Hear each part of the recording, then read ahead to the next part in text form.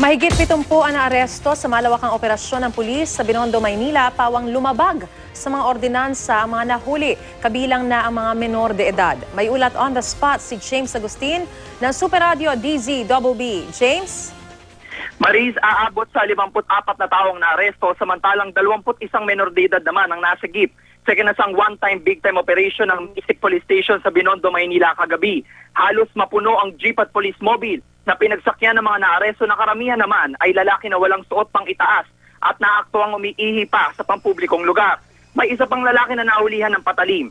6 sa mga naaresto ay dahil sa illegal na droga at nakuha mula sa kanilang 2 sachet ng hinihinalang shabu, 4 na maliliit na plastic na naglalaman ng marijuana at iba't iba pang drug paraphernalia.